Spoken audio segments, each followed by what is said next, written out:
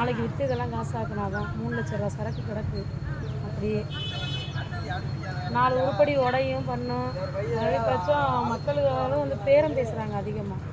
மெயினாக அங்கேயே 120 ரூபாய்க்கு எடுத்தோம்னா இங்கே 100 ரூபாய்க்கு கேட்குறாங்க. அந்தளவு பெரிய லாபம்லாம் அதில் கிடையாது. இந்த பானை செய்கிறதுக்கு உங்களுக்கு எவ்வளோமா செலவாகுது? என்னென்ன செலவெல்லாம் ஆகுது? ஒரு சூளை வச்சு முடிக்கணும்னா எப்படி பார்த்தாலும் 50,000 60,000 செலவாகுதுன்னா, அதை ஏற்றியாந்து இங்கே இறக்கி முடிக்க எங்களுக்கு 70-80 ரூபா அடக்கம் ஆயிடும் ஒரு லோடுக்கு. இங்கே 6-7 குளம்னு அள்ளி கொண்டாந்து போடுறாங்க. முன்ன மாதிரி இல்லை. இப்போ மண்ணல்றதுலேயே நிறையா பிரச்சனைகள் வந்துகிட்டு இருக்கு.